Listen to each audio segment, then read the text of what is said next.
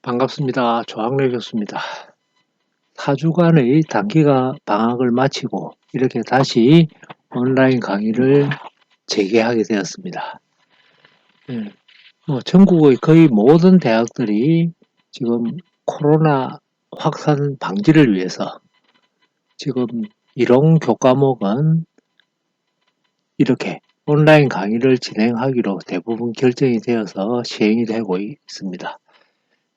그것 좀 이해하시고요.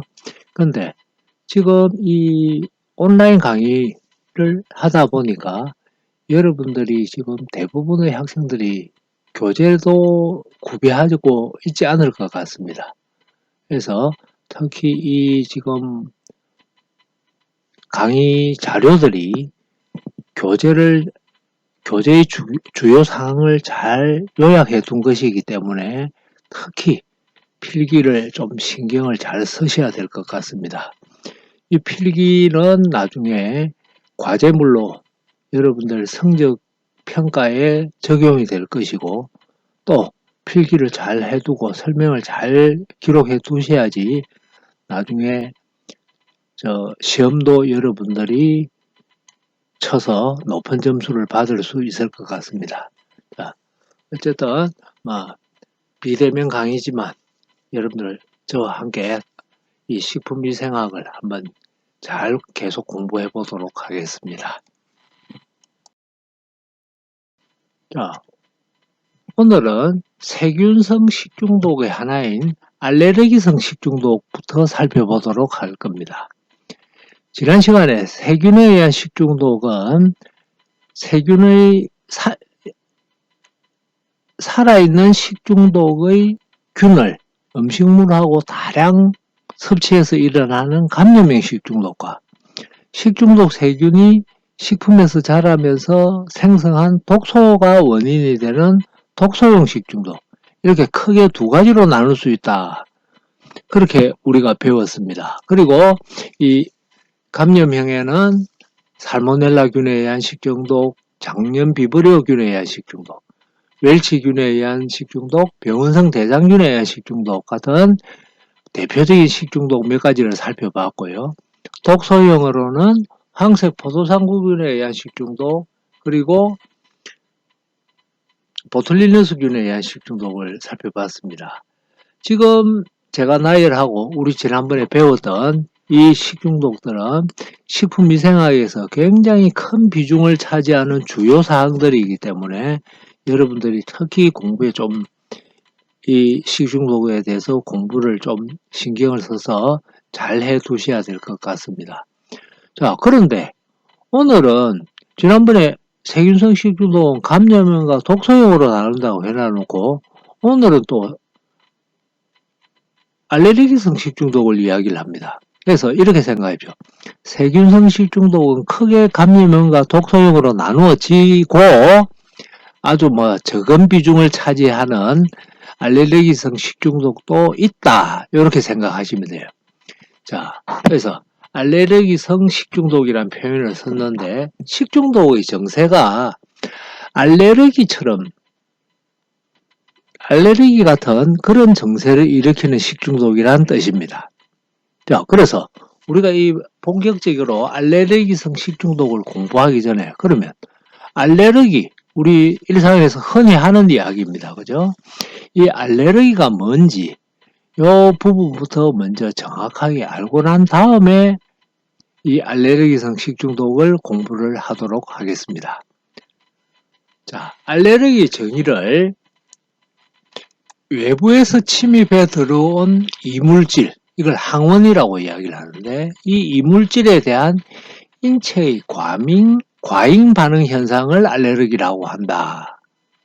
이렇게 되어 있습니다. 자, 이 항원이라고 하는 것은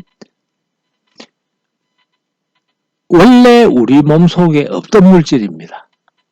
그래서 원래 우리 몸속에 없던 물질이 우리 몸속에 침입해 들어왔습니다. 자, 병원성 세균, 코로나 바이러스도 원래 우리 몸속에 없던 이물질이잖아요. 그죠? 자, 이 코로나 바이러스가 우리 몸속에 침입해 들어왔다면은 우리 몸이 그냥 그대로 당하고 있지는 않죠. 이 코로나 바이러스라고 하는 항원을 불식시킬 수 있는 그런 항체가 사람의 몸속에 만들어지는 겁니다. 이게 항원항체 반응, 즉 면역 반응인데, 그런데 이 알레르기라고 하는 것은 항원에 대한 인체의 과잉 반응 현상이라고 했거든요. 자, 뭔가 밑에 줄을 한번 살펴보겠습니다. 정상인의 경우에는 처음 항원이 침입했을 때 만들어진 항체가 보유되어 있기 때문에 사람의 몸속에 항원이 두 번째, 세 번째 침입에 들어왔을 때는 이제 이미 몸속에 항체가 만들어져 있으니까 다시 만들 필요가 없죠. 그죠? 그래서 이 항체를 만들어내는 메커니즘을 억제하는 유전자가 작동해서 과잉 반응을 일으키지 않습니다. 자, 다시 조금 더 쉽게 이야기를 해볼게요. 자, 우리 몸속에 지금 요사이 봄철에 꽃가루가 많이 날리고 있습니다. 그죠? 이 꽃가루는 사람의 몸속에 원래 없던 물질, 이물질, 즉 항원이죠. 그러면 꽃가루가 사람의 몸속에 처음 들어왔을 때 이 꽃가루를 무용지물화, 불식시킬 수 있는 그런 항체가 사람의 혈액 속에 만들어집니다. 그리고 이 만들어진 항체는 혈액 속에 오래오래 유지가 되고 있기 때문에 두 번째, 세 번째, 네 번째 꽃가루가 침입해 들었을 때 항체가 이미 만들어진 항체로 이 꽃가루를 불식시키고 있기 때문에 더 이상 항체가 만들어질 필요가 없습니다. 그런데 알레르기성 사람에게는 이상 과민 반응이 일어난다고 하잖아요. 그죠? 자, 밑에 줄 보겠습니다. 알레르기 체질의 사람은 이 항체를 만드는 유전자가 결핍되어 있어서 항원이 처음 들어왔을 때보다도 더 강한 과잉 반응을 일으키게 되어서 인체에 불리한 항원 항체 반응이 일어난다. 이렇게 되어 있습니다. 그러니까 이미 항체가 만들어져 있는데 항원이 또 돌아왔습니다. 정상인은 안 만들어진다고 했잖아요. 항체가 그죠? 추가적으로. 그러나 알레르기 체질의 사람은 항원이 또 만들어지는데 또 만들어지는 것도 부족해서 오히려 더 강한 과잉 반응까지 일어났습니다. 그로 인해서 이 알레르기 증상으로는 두드러기, 비염, 천식 이런 증상이 일어난다. 자, 이제 알레르기에 대해서 좀 이해가 되죠, 그죠?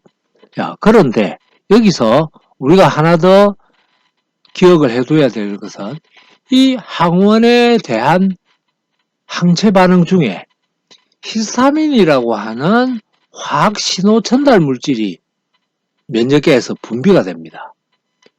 그런데 이 바로 히스타민이 바로 알레르기 증세의 원인 물질이거든요. 자, 알레르기 증세 다시 좀 더 구체적으로 보면은 코, 점막이나 인후, 목구멍이죠. 그리고 암, 결막 이런 데 작용해서 재채기, 콧물, 눈물 같은 이런 증세가 일어나는데 자, 지금 요 알레르기에 대해서 다시 최종 정리를 해보면은 사람의 몸속에 들어온 이물질에 대해서 항체가 불필요하게 더 과잉적으로 이상 과민 반응으로 과잉되게 만들어지면서 그때 이 과잉 반응의 과정 중에 히스타민이라고 하는 물질이 몸속에 체내에 생성이 되고 생성된 히스타민이 바로 알레르기 증세를 일으키는 주범이라는 뜻입니다. 이해가 되죠? 알레르기 반응의 주요 원인 물질은 항원에 대항해서 몸속에 만들어지는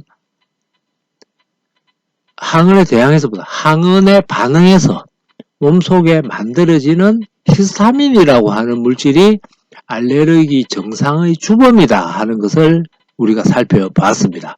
자, 요 내용을 잘 기억을 해 두시고요. 다음 장으로 일단 넘어가 보겠습니다.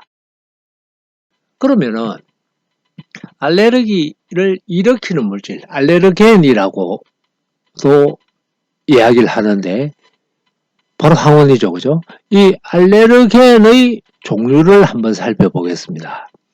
이 알레르겐에는 먼지처럼 먼지 같은 형태로 공기 속에 떠돌아다니는 공중항원, 그리고 음식물 속에 있는 물질인 음식항원, 그리고 피부에 접촉했을 때 알레르기 반응을 일으키는 접촉물, 이렇게 크게 세 가지로 나누어 볼 수가 있는데요.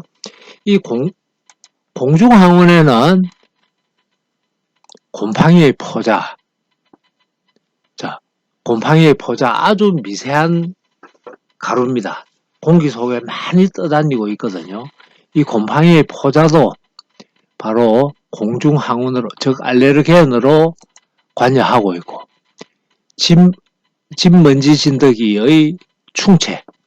자, 먼지 진드기는 우리가 이 식품위생학 강의의 후반부에 위생 해충 편에서 자세히 배울 겁니다만, 어쨌든 뭐 가정 내 먼지 속에 많이 함유되어 있는 미세한 해충입니다. 그래서 이것도 공기 속에 떠돌아다니고 있는 거죠. 자, 바퀴벌레의 분비물, 이것들도 건조되어서 공기 속에 떠돌아다니고 있으면서 어떤 사람은 이 바퀴벌레의 분비물 때문에 알레르기 반응이 일어날 수도 있습니다.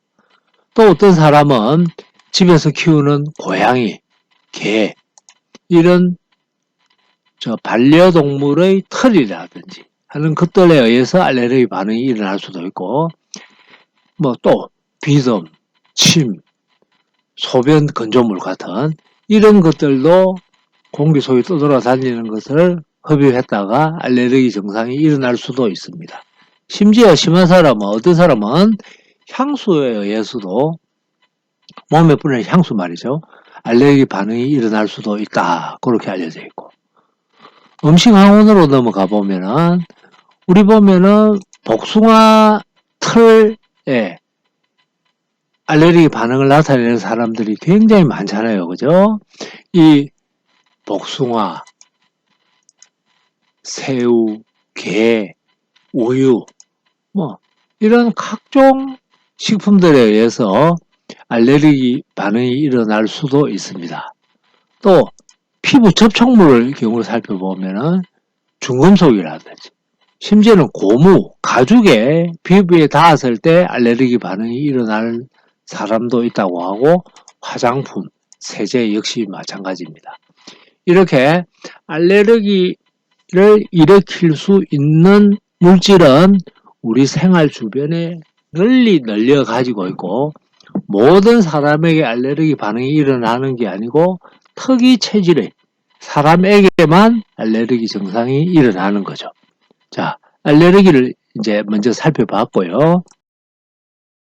이제 본 내용인 알레르기성 식중독을 살펴보도록 하겠습니다. 자, 알레르기성 식중독에서 제일 중요한 것은 바로 히스타민 식중독입니다.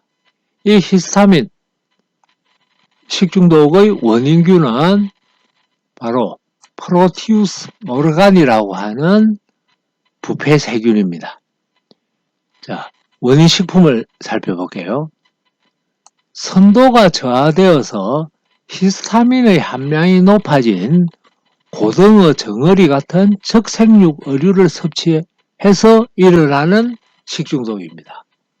자, 다른 생선도 아니고 왜 하필이면 고등어 정어리의 선도가 떨어진 것을 먹고 이 히스타민 식중독이 일어나느냐 하면은, 이 고등어와 정어리 같은 적색육 어류의 붉은 살 속에는 아미노산인 히스티딘이 많이 함유되어 있습니다. 그런데 이 프로테우스 모르가니가 이 아미노산인 히스티딘을 히스타민으로 바꾸는 거죠.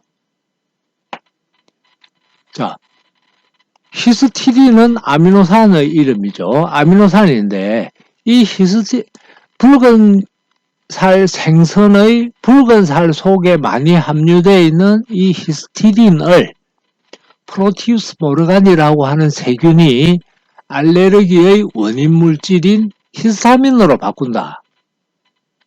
앞서 이야기했지 않습니까? 항원에 대해서 반응해서 인체 내에서 알레르기 반응이 일어날 때 그때 화학 신호 전달 물질로 히스타민이 분비가 된다고 했고, 이 히스타민 때문에 콧물, 재채기, 눈물 같은 전형적인 알레르기 증상이 일어난다고 이야기를 했지 않습니까? 결국 그러면은 우리가 섭취하는 음식물 속에 히스타민이 함유되어 있다면은 이 히스타민에 의한 알레르기 증세가 일어날 수밖에 없습니다. 자, 그래서 코점막이나 인후 안결막에 작용해서 재채기, 콧물, 눈물 같은 이런 알레르기 증상을 히스타민이 일으키는 거다. 이해가 됩니까? 자, 잠복기는 아주 짧습니다. 30분에서 1시간 정도로 굉장히 짧습니다. 마치 독소용 식중독처럼 이미 식품 속에 히스타민이 만들어진 상태로 사람의 몸속에 들어왔기 때문에 잠복기가 짧을 수밖에 없습니다. 정상 두통, 발진, 홍진, 한기, 구토, 설사 같은 증상이 나타나고, 이 식중독은 진성 알레르기, 진짜배기 알레르기와는 달리 알레르기 체질에 관계없이 발병하는데 항알레르기제로 치료가 되기 때문에 알레르기성 식중독으로 취급을 한다. 이렇게 알려져 있습니다.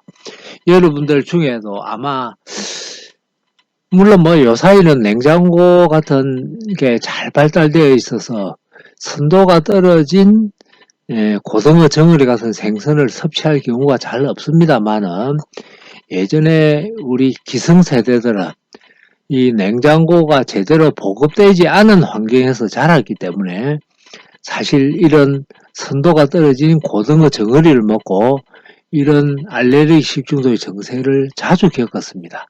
지금 이야기하고 있는 저부터도 군대 시절에 이 히스타민 식중독을 여러 차례 겪은 경험이 있습니다. 다음에 여러분들에게 기회가 있으면은 여러분들의 이해를 돕기 위해서 그런 사례들도 한번 이야기해 드리도록 하겠습니다. 다음으로 넘어갈게요. 자, 이제 세균성 식중독을 총 정리해야 되겠습니다. 그래서 세균성 식중독의 특징과 대책이라고 하는 제목을 달고 한번 살펴보도록 하겠는데 말이죠. 자, 감염性식중독의 경우에 우리 음식물을 통해서 살아있는 식중독의 세균을 다량으로 섭취해야 식중독이 일어난다고 강조를 했습니다. 그러면 그 다량이라고 한 도대체 균수가 얼마를 이야기하느냐? 지금 알려져 있기로는 살모넬라 식중독의 경우에는 보통 40억 마리 이상을 섭취해야 발생한다. 이렇게 알려져 있습니다. 제가 지난번에 한번 이야기했죠. 만약에 이 식중독균은 이 지구상의 도처에 널려져 있습니다. 사람이 만약에 소량의 식중독균이 함유되어 있는 식품을 먹고도 식중독이 일어난다면은 우리는 늘상 식중독에 시달리면서 살고 있을 수밖에 없습니다. 그 정도로 이 살모넬라균 같은 식중독균은 우리 생활 주변에 도처에 깔려 있습니다. 비근한 예로 우리 학생들과 식품위생학 실험을 해보면 말이죠. 할 때 식중독균을 검출하는 실험을 여러 차례 매년 해봤는데 우리 영양전공은 식품위생학 실험을 따로 하고 있습니다. 그 학생들하고 매년 식중독균 검출 실험을 해보면은 제일 좋은 시료가 무엇이냐면은 바로 조리실 바깥에 있는 음식물 쓰레기통입니다. 이 음식물 쓰레기통을 열어보면은 내부 벽면에 음식물 찌꺼기들이, 오래된 찌꺼기들이 덕지덕지 많이 말라붙어 있지 않습니까? 이거 조금만 긁어내어서 배양을 해보면 거의 우리가 찾으려고 하는 거의 모든 식중독균을 다 찾아낼 수 있습니다. 그 정도로 식중독균은 여러분들이 섭취하고 있는 사실 음식물 속에도 들어가지고 있다는 이야기예요. 다만 식중독이 안 걸린 이유가 그 수가 균수가 적을 때 섭취했다. 그렇게 생각하시면 됩니다. 자, 그래서 우리가 늘상 섭취하는 식품에 식중독균이 오염되어 있을 가능성은 굉장히 높은데 이 40억 마리 하니까 여러분들이 잠시 방심을 할 수가 있습니다. 엄청나게 많은 균수네. 그 정도는 뭐 별로 그렇게 식품 속에 음식물 먹을 때 40억 마리나 되는 살모넬라 균을 우리가 먹을 가능성은 없는 거 아닌가? 그렇지 않습니다. 다음 슬라이드를 한번 볼게요. 자, 네, 이 온도에 따른 균 증식 속도의 차이가 이렇게 크다는 것을 알 수가 있는데 37도에서 한 마리가 10시간 만에 10억 마리가 되던 것이 이 균을 25도에 12도 낮추어 환경에 두니까 이제 32,000마리로 밖에 늘어나지 않는다. 자, 이 지금 이야기를 들으면서 여러분들은 무엇을 느꼈습니까? 여러분들이 앞으로 현장에서 조리를 한 음식물을 고객에게 직접 바로 제공하지 못하고 어느 정도 시간이 경과한 이후에 제공을 해야 될 경우에는 온도를 낮춰서 보관해 둬야 된다. 자, 온도를 낮춰서 보관해 둬야 된다는 요 이야기 자체는 상식적인 이야기입니다. 그죠?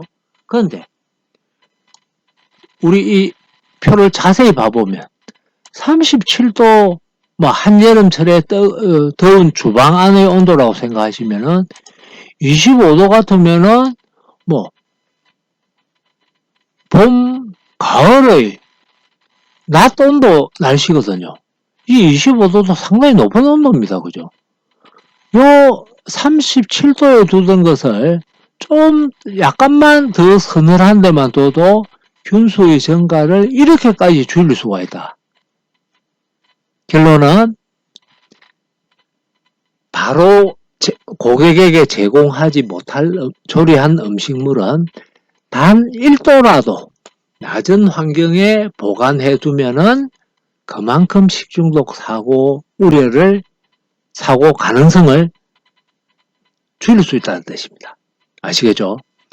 조리한 음식물을 바로 제공하지 못할 때는 주방 내에서 가능한 냉장고가 없다면은 냉장고의 공간이 부족하다면은 조금이라도 더 서늘한 곳을 찾아서 거기에 보관을 해두면 그만큼 식중독의 우려를 줄일 수 있다는 이야기입니다. 자, 방금 이야기했던 것과 비슷한 실제 식품에 적용시킨 실험한 결과입니다. 이 실험은 예전에 여러분들 선배들을 데리고 실제로 여러분들 선배들이 구해온 김밥이라든지 순대를 가지고 실험을 했던 결과입니다. 자, 먼저 보세요. 지금 제품 1g당 생균수, 살아있는 균의 수거든요. 자, 1g. 제가 늘상 이야기하지만 1g이라고 하면 새끼손가락 한 마디 정도의 양이라고 생각하십시오. 아주 적은 양이죠. 그죠? 그 새끼손가락 한 마디 정도 양의 김밥 새끼손가락 한 마디 정도의 양의 제조 직후에 방금 만들어낸 김밥에도 평균적으로 약 30만 마리의 균이 있습니다. 자, 그런데 이 김밥을 5도씨에서는 4시간 지나도 33만 마리, 33만 마리나 30만 마리나 같은 수라고 동일한 숫자로 보시면 됩니다. 균수에서는. 그런데 이 김밥을 30도에 두니까 600만 마리로까지 균수가 증가를 했고, 저장 8시간이 지나니까 균수 5도시에서 35만 마리, 역시 균수 변화가 전혀 없다고 생각하시면 되는데, 30도에서는 8시간 지난 김밥의 균수가 1억 7천만 마리로까지 늘어나 버렸습니다. 자, 밑에 표를 잠깐 보겠는데요. 식품의 신선도를 평가할 수 있는 생균수 기준에서 보통 식품 1g당 살아있는 균의 수가 10만 마리 이하이면 이 식품은 신선한 식품이다. 그런데 1억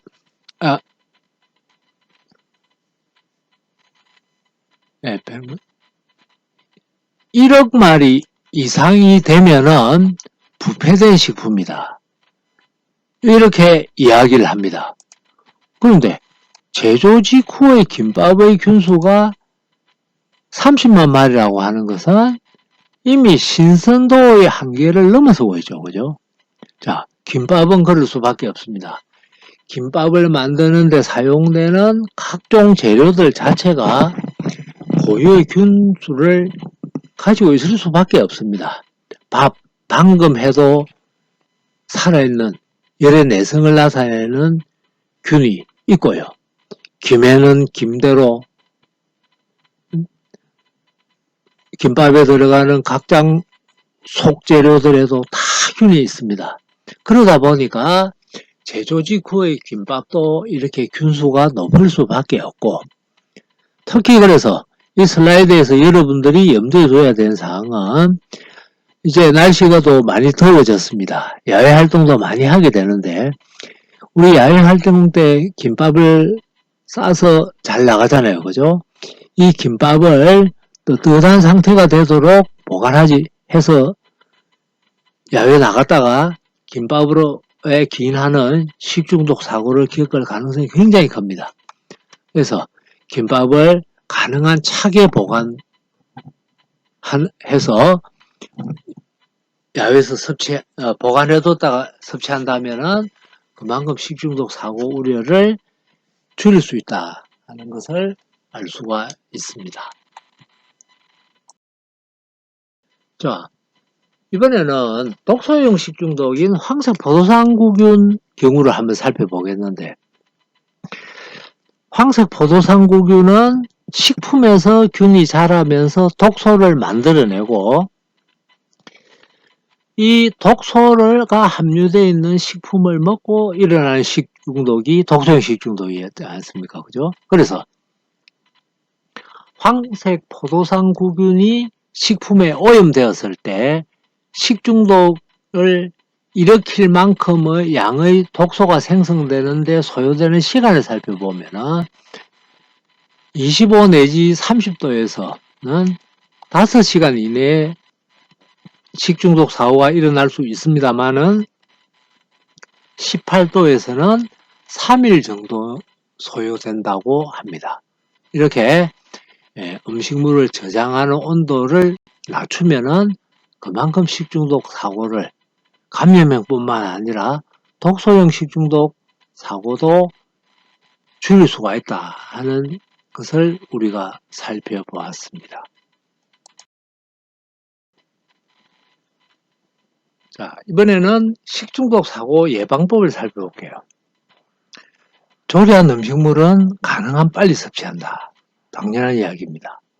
조리 후 방치한 음식물을 섭취할 때는 충분히 재가열한 후 섭취하라. 자, 감염형 식중독의 경우에는 충분히 재가열해서 섭취하면 식중독 사고 100% 예방 가능합니다. 그런데 문제는 황색 포도상구균 식중독은 예외라고 이야기합니다. 왜 그렇습니까? 황색 포도상구균 자체는 재가열할 때 죽일 수 있습니다. 그러나 이 황색 포도상구균이 음식물에 생성한 독소는 218도 내지 248도의 가열을 30분 이상 해야지 비로소 파괴가 됩니다. 우리 지금 과열 조리하는 식품을 그렇게 높은 온도에서 그렇게 긴 시간 동안 가열한 음식물이 없잖아요. 그죠? 결국 식재료에 아니면은 완성한 식품에 황색 포도상구균이 자라면서 독소를 생성해 버렸다면은 이 식중독은 피할 방법이 없습니다. 결국 음식물 저장에 보관에 신경을 써야 된다는 이야기입니다. 주방에는 방충 방서 설비를 가지고 늘 청결을 유지해라. 자, 우리 생활 상식에 이제 관련되는 이야기가 될 수 있는데요. 악취가 나지 않는 음식이라고 식중독에 대해서 안심하면 안 됩니다.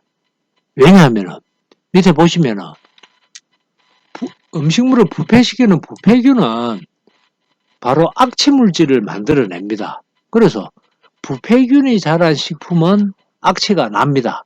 그런데 식중독 세균은 이 악취 물질을 만들지 않는다고 하거든요.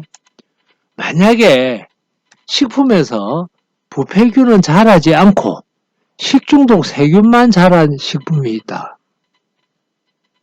우리가 신선한가 아닌가, 그냥 먹어도 될까를 판정하기 위해서 코로 냄새를 맡아보니까 냄새 나지 않습니다. 근데 먹었을 때 식중독 사고가 일어날 수 있다. 우리 염두에 둬야 될 것은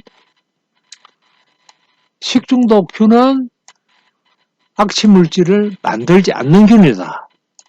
물론 대부분의 경우 식중독균이 식품에서 자랄 때 부패균도 같이 자랍니다.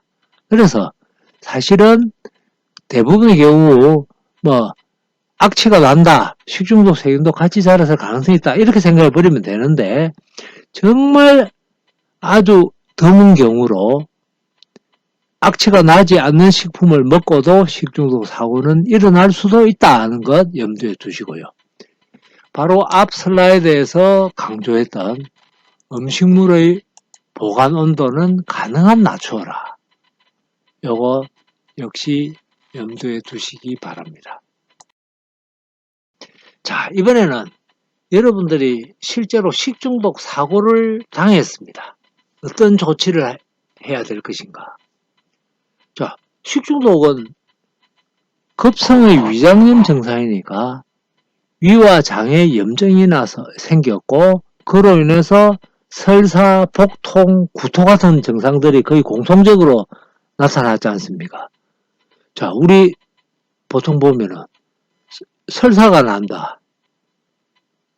많은 사람들이 약국에 뛰어가가지고 설사를 멈추는 약, 즉 지사제라고 하죠. 이 지사제를 사서 먹는 경우가 있는데, 만약에 이 설사의 원인이, 만약에 설사를 하고 있는 사람의 그 설사의 원인이 식중독에 의한 것으로 확신이 되는 경우에는 지사제를 절대 먹어서는 안 됩니다. 오히려 말이죠, 설사와 구토를 참지 말고 억지로라도 구토를 또 더 해가지고 더 해야 됩니다. 왜? 몸속에 들어온, 장 속에 들어온 식중독의 원인균과 독소를 배출할 수 있는 유일한 수단이 바로 설사와 구토지 않습니까? 그죠? 그런데 설사를 멈추는 약을 섭취를 해버리면은 결국 몸속에 식중독의 원인균, 그리고 그 독소를 오래 더 간직하겠다, 정세를 내가 오래오래 더 끌겠다는 뜻입니다. 그래서 설사 충분히 하시고, 참지 말고 그냥 하시고, 구토도 나오는 것 그대로 뱉어내고, 혹시 구토가 또 중단이 되면은, 중단된 그 사이에는 손가락을 넣어서 구토를 또 억지로라도 더 해주는 게 식중독 증상으로부터 빨리 벗어나는 지름길입니다. 참고하시고요. 자, 그런데 이렇게 심한 설사와 구토로 인해서 탈수 증세가 올 수 있습니다. 자, 체내 수분이 많이 빠져나가 버린다는 이야기죠. 그죠? 그래서 이 탈수 증세에 대비해서는 충분한 양의 수분을 섭취하는데, 문제는 이 설사와 구토를 통해서 순수한 상태의 물만 빠져나가는 것이 아니고 우리 체내 세포에 필요로 하는 무기염류들도 같이 빠져나가고 있기 때문에 만약에 순수한 물로만 수분을 계속 공급하면은 이 무기물의 부족에 의한 쇼크 증세까지 올 수가 있습니다. 그래서 예전에는 이 식중독으로 인해서 설사를 많이 할 때는 보리차를 마셔라고들 했는데 요 사이에는 뭐 보리차보다는 이온 음료, 바로 스포츠 드링크죠. 이게 더 좋습니다. 왜냐하면 이온 음료라고 하는 게 뭐냐면은 사람의 세포 속의 체액에 녹아있는 무기물의 농도와 거의 종류와 농도를 거의 비슷하게 만들어둔 음료입니다. 그래서 운동을 할 때 땀으로 빠져나가는 무기물을 수분과 무기물을 함께 보충해 주기 위해서 이온 음료, 즉 스포츠 드링크를 찾게 되는데 이렇게 설사 구토가 심할 때도 이온 음료를 가능한 섭취를 하면은 수분 보충, 무기물 보충 효과를 같이 얻을 수 있다. 그런 이야기입니다. 자, 이제 세균성 식중독에 관한 대장정은 마쳤다고 생각해요. 다시 강조하지만 세균성 식중독은 식품위생학에서 제일 중요한 비중을 차지하는 부분이다. 이렇게 생각을 하시면 되고요. 또 지금 나오는 바이러스에 의한 식중독, 즉 노로바이러스 식중독, 이것도 요 근래 들어서 자주 발생하는 식중독이다 보니까 이 노로바이러스 식중독도 세균성 식중독만큼이나 여러분들이 비중을 두고 공부를 해 두셔야 되는 사항입니다. 자, 노로바이러스에 의한 식중독을 먼저 살펴볼게요. 자, 이 노로바이러스가 함유되어 있는 원인 식품을 섭취하고 증세가 나타날 때까지, 즉 잠복기는 하루 내지 이틀 정도입니다. 자, 그리고 이 노로바이러스는 알려진 만큼 그렇게 증세가 강하지 않습니다. 대부분 경미한 장염 증세가 나타난다고 합니다. 자, 장염 증세, 구토술사 복통, 아주 대표적인 증세라고 이야기하고 있죠, 그죠? 그래서 이 노로바이러스 식중독으로는 구토, 복통, 설사가 아주 가볍게 일어나는 식중독이다. 특별한 치료법 없습니다. 탈수 증상에 대비해서 앞서의 이온 음료 같은 것을 충분히 마시면서 몸속에 들어온 이 바이러스가 빠져나가기를 기대해주는 방법밖에 없을 것 같습니다.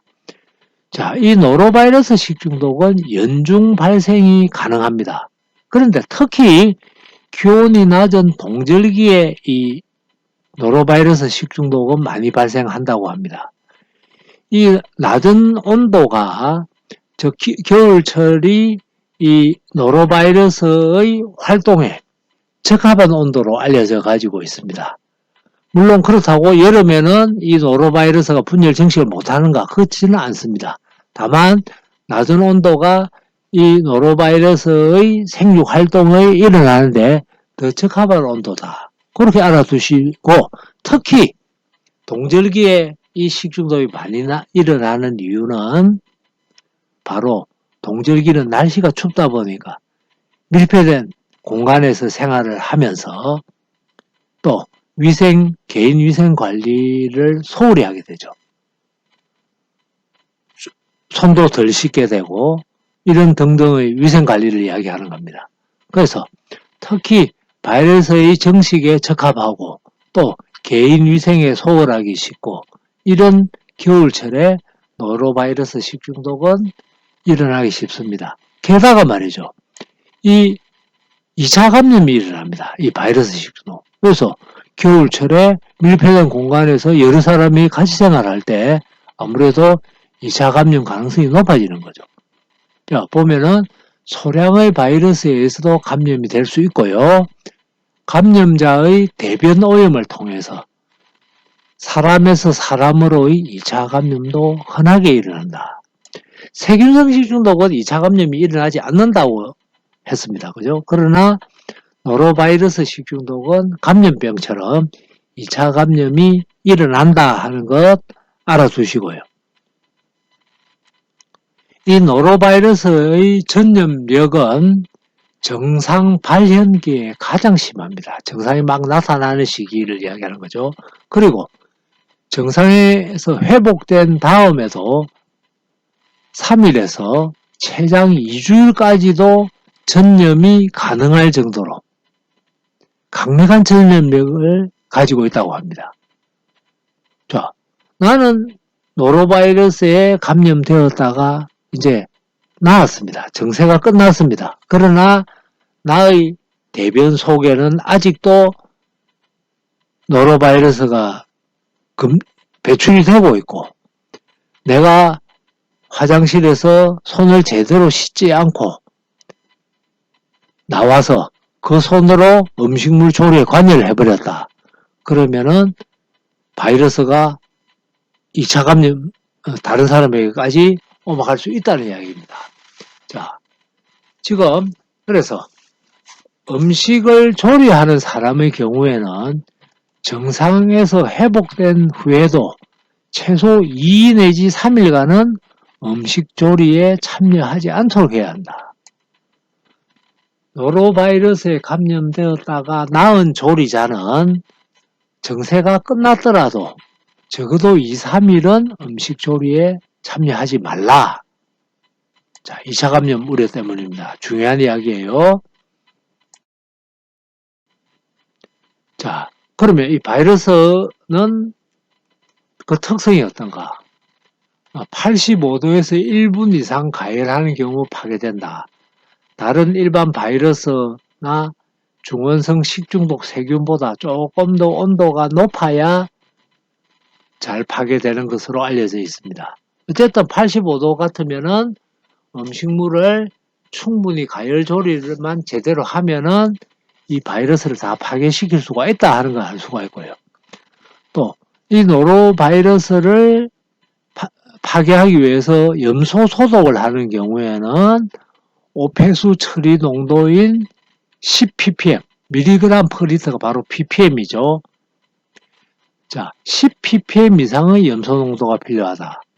수돗물은 이보다 훨씬 낮은 0.5ppm 정도의 염소가 함유되어 있는데 그 정도의 농도로는 바이러스가 사멸하지 않습니다. 이 바이러스를 파괴하기 위해서는 훨씬 높은 농도의 염소 소독을 해라. 그러니까 락스를 조금 진하게 푸른 물에 주방기구, 행주 같은 것을 담그면은 노로바이러스를 파괴시킬 수가 있다 하는 것 알아두시고요. 자, 매개식품이라는 표현을 썼는데 지금까지 이 노로바이러스 식중독의 원인 식품으로 알려져 있는 것들은 굴 같은 해산물, 그리고는 심지어 과일, 야채도 있고요.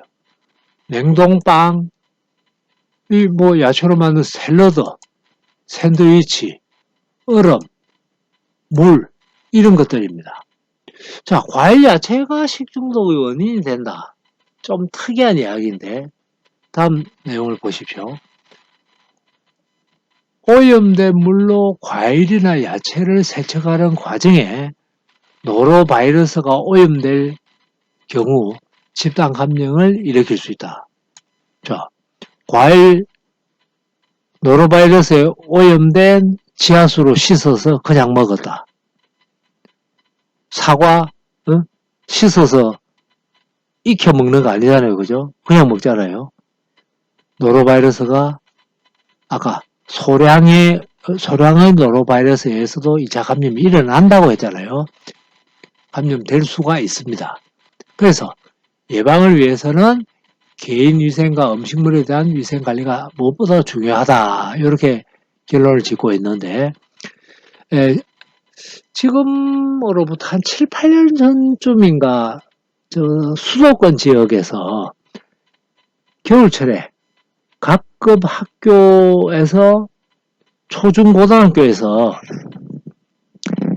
이 노로바이러스 집단 식중독 사고가 여러 학교에서 발생을 했습니다.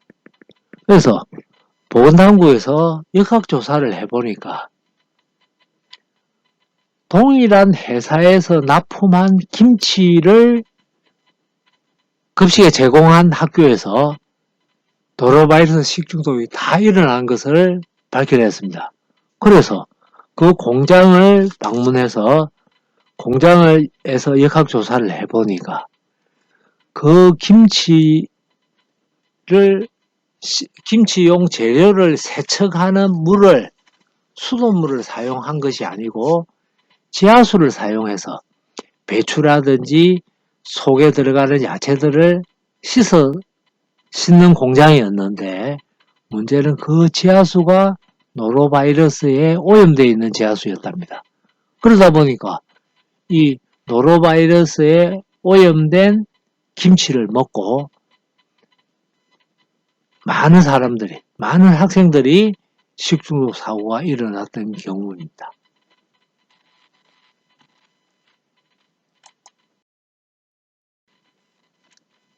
지금까지는 세균에 의한 식중독과 바이러스에 의한 식중독을 살펴봤는데 이번에는 미생물성 식중독의 마지막으로 곰팡이독, 즉 마이코톡신에 의한 식중독 사고를 살펴보도록 하죠.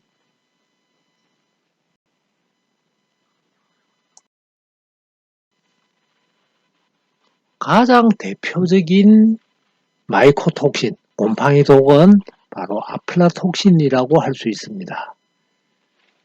1960년 영국에서 사육 중이던 칠면조 수십만 마리가 집단적으로 폐사한 대형 사건이 일어났습니다.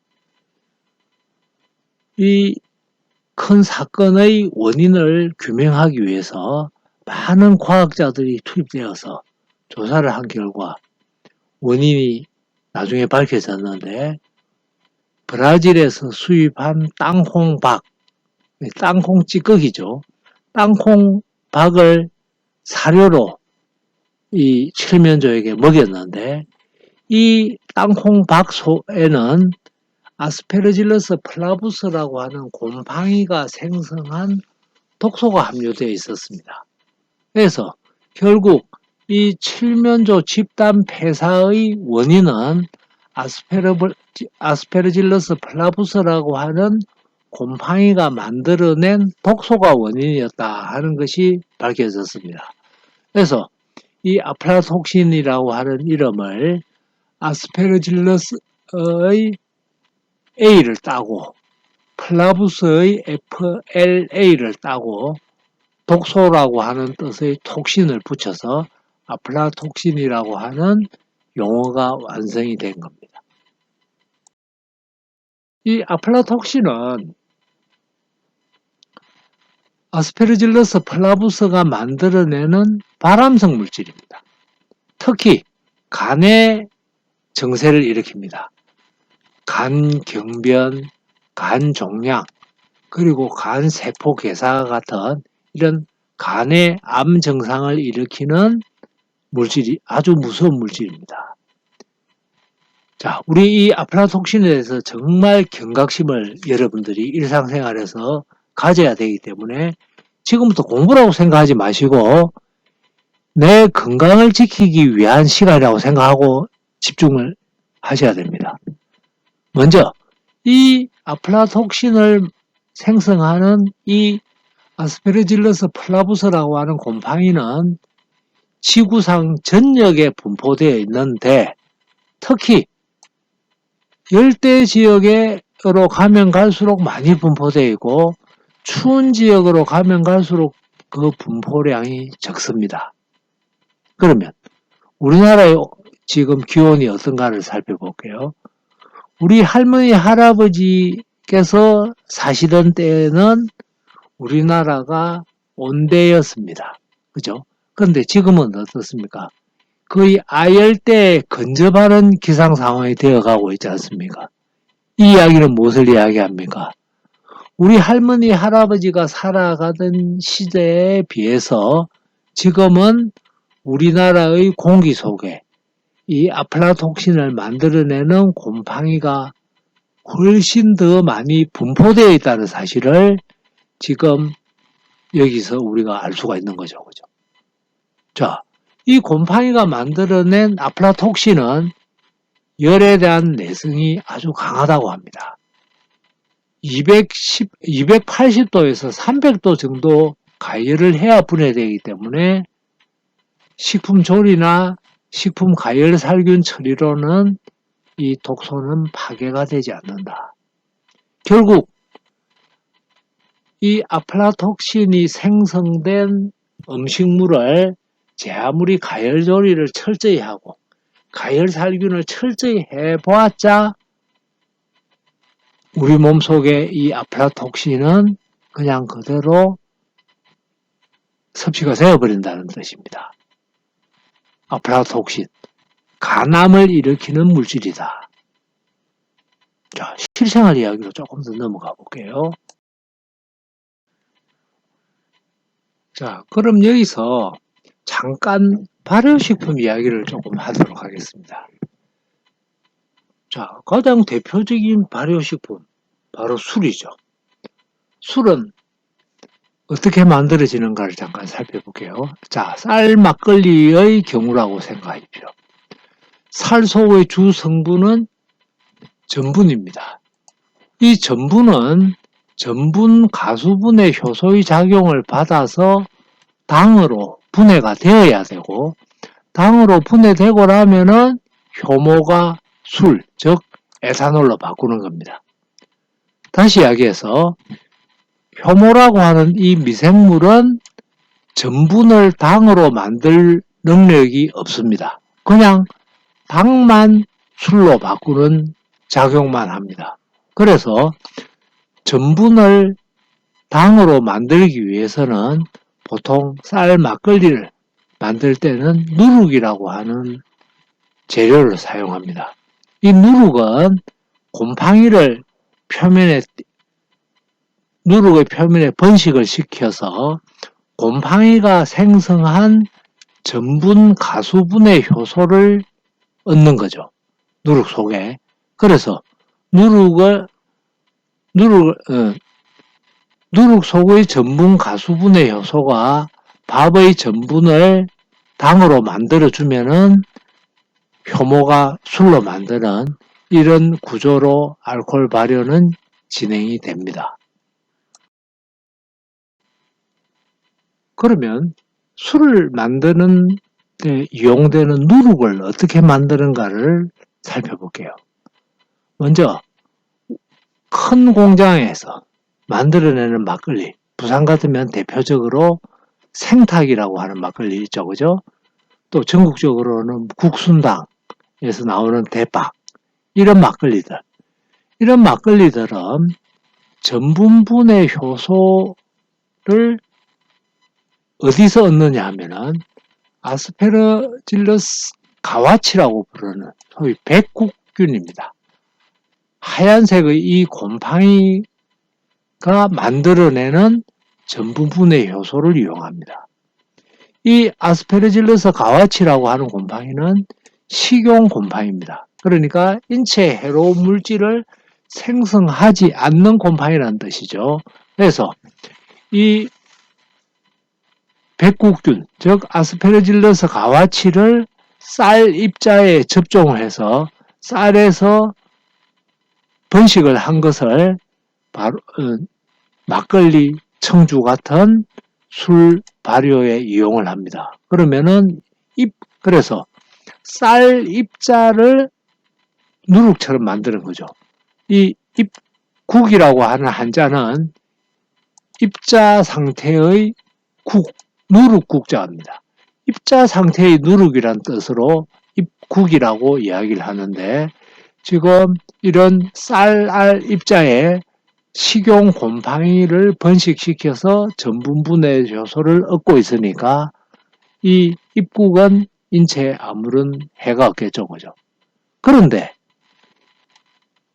이 재래식 누룩은 어떨 것인가 한번 살펴봅시다. 재래식 누룩은 식용 곰팡이를 따로 쓰는 게 아니고 자연에 서식하는 여러 복합균으로 제조합니다. 그러다 보니까 다양한 기능성도 기대할 수 있는 장점도 있습니다. 그렇지만 불순물도 함유되어 있을 수도 있고 특히 곰팡이 독소가 존재할 가능성이 있다. 재래식 누룩 만드는 과정을 잠깐 볼까요? 몇 년 전 신문에 보도된 사진을 제가 인용해 봤습니다. 지금 재래식 누룩을 만드는 장면인데 밀을 쪄서 밀을 빻아서 찐 것을 이렇게 쟁반 모양으로 성형을 하고 있습니다. 이렇게 쟁반 모양으로 성형이 되고 나면은 선반에 짚을 깔아둔 선반에 올려서 그대로 발효를 시킵니다. 이 발효라고 하는 것은 결국 공기 속에 떠돌아다니고 있는 곰팡이들이 여기서 자라게 하는 작업인 거죠. 지금 보면은 원래 이 누룩의 색깔이 처음 만들었을 때는 밀의 색깔, 갈색, 연한 갈색을 띠는 색깔을 띠고 있었습니다만은 표면에 곰팡이가로 덮이면서 허옇게 바뀌었고 푸르스름한 그런 기운도 지금 띠고 있죠. 그죠? 곰팡이가 잔뜩 자라고 있다는 뜻입니다.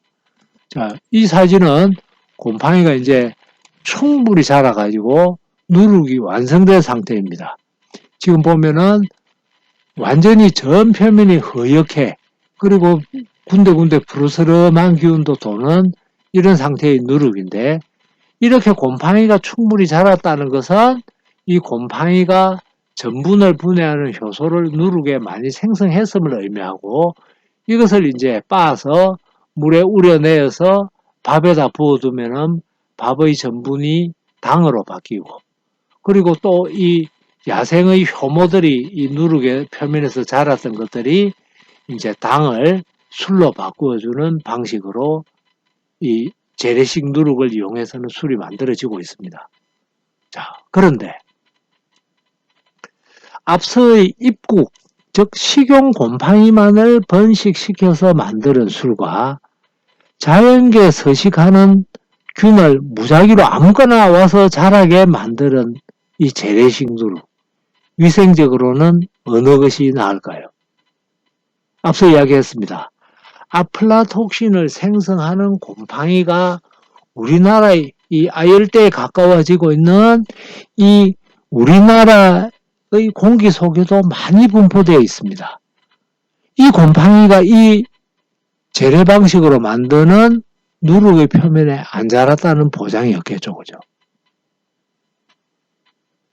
그런데 입국을 가지고 만드는 막걸리는 아예 식용 곰팡이만을 쌀알에 접종을 해서 만드니까 아플라톡신이 오염되어 있을 이유가 없습니다.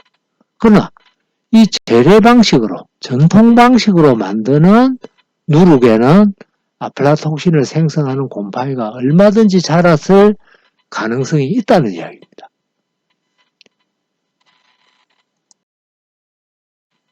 마찬가지로 이 메주도 한번 살펴보면 우리 공장에 메주를 가지고 간장 된장을 만들지 않습니까? 공장에서 만드는 간장 된장은 소위 계량 메주라고 해서 단백질 분해 효소를 많이 생성하는 식용 곰팡이를 이용해서 계량 메주를 만듭니다. 그런데 재래식 메주는 앞서의 누룩처럼 콩을 쪄가지고 굽고 나면은 이걸 이렇게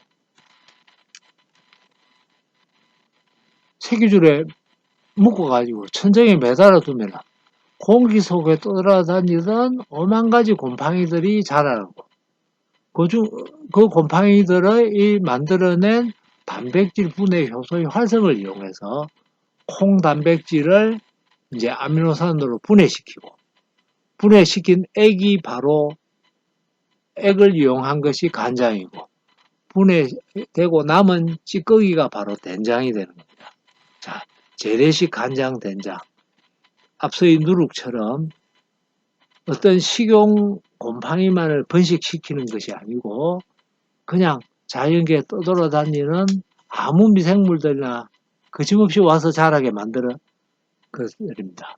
역시 전통 간장, 된장에도 아팔라톡신을 생성하는 곰팡이에 의한 아팔라톡신이 함유되어 있을 가능성이 있다는 이야기입니다.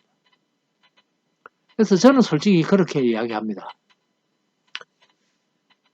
건강하게 오래 살려고 하면은 전통 방식으로 만드는 식품은 먹지 말라고 이야기합니다. 전통 방식이 뭡니까?